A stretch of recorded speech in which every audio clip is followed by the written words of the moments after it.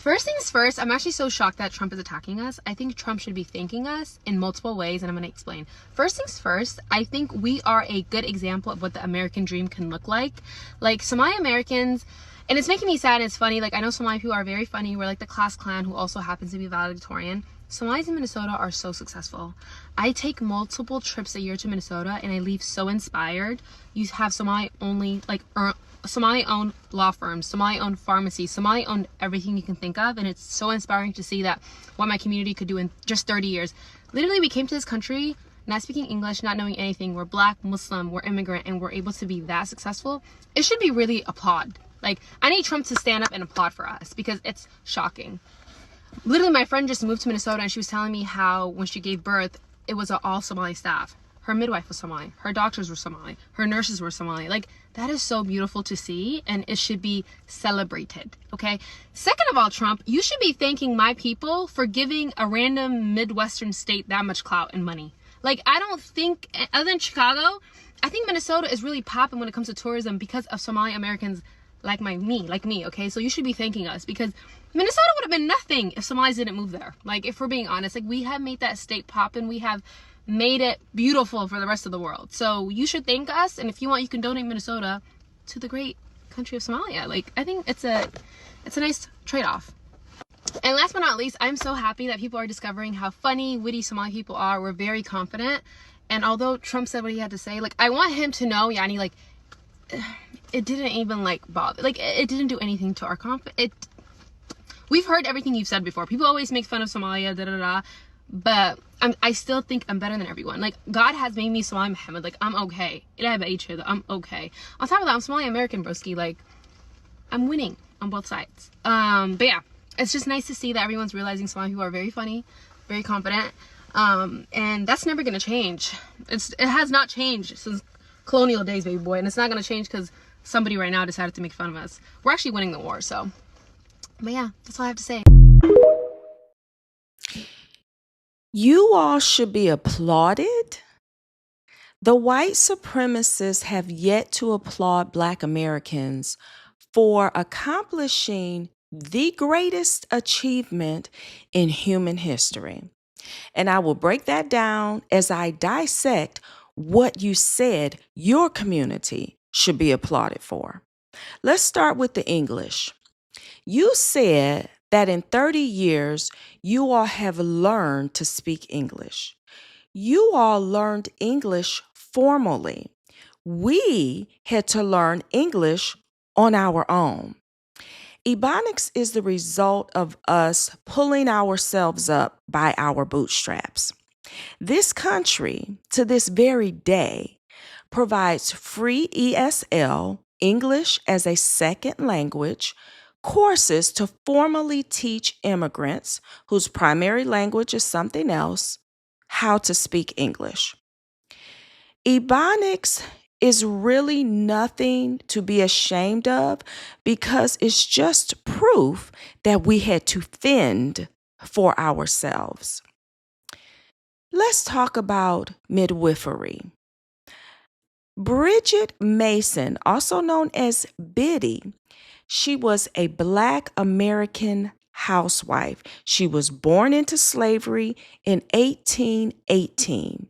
And while enslaved, she learned the craft of midwifery from other enslaved women. And she made more than the average lay person as a midwife. And she was able to save that money and acquire land in Los Angeles. We're talking back in the 1800s.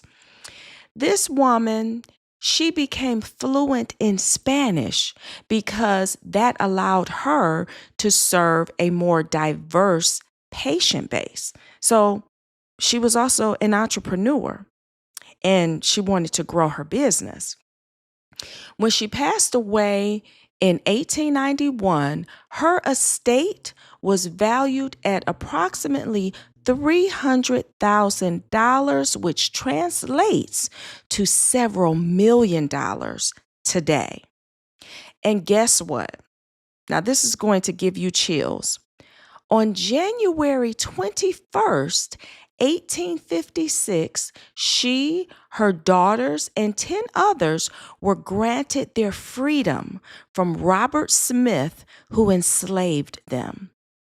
Isn't that chilling that this came to me today, which happens to be January 21st?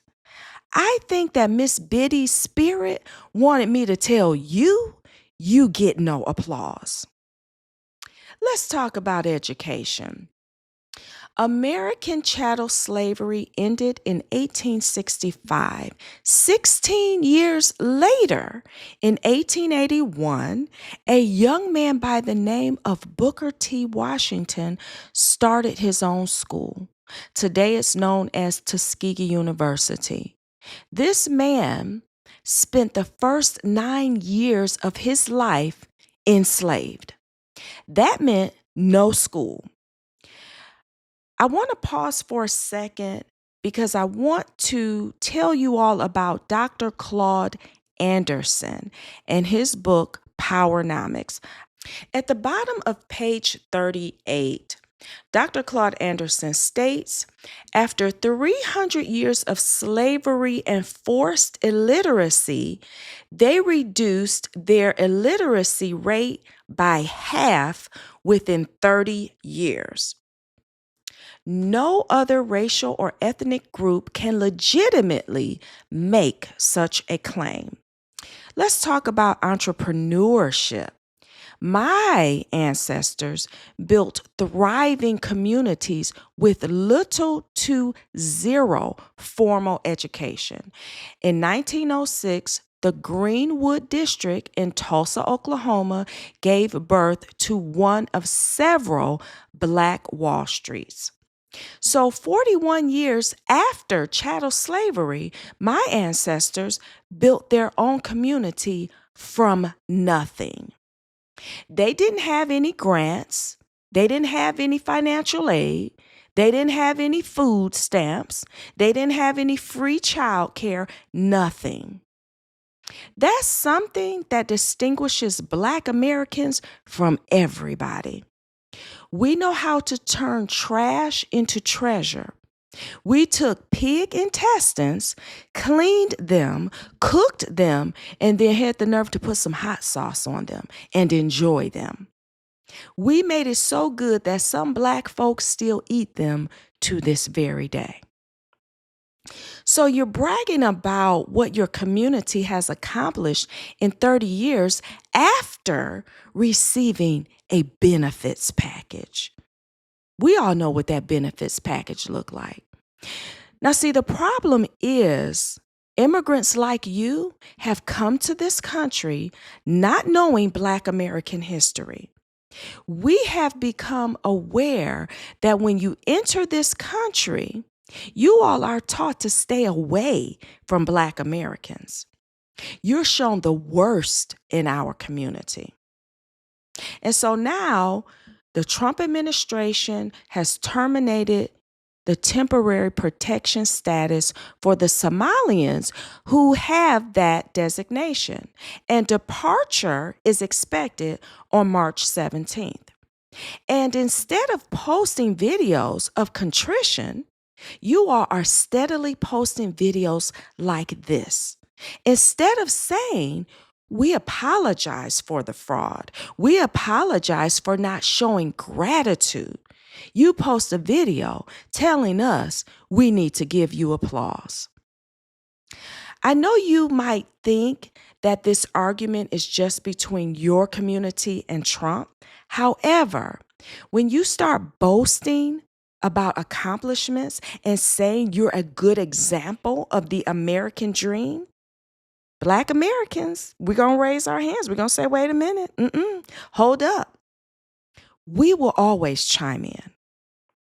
So let's chime in the comment section and let's share our accomplishments.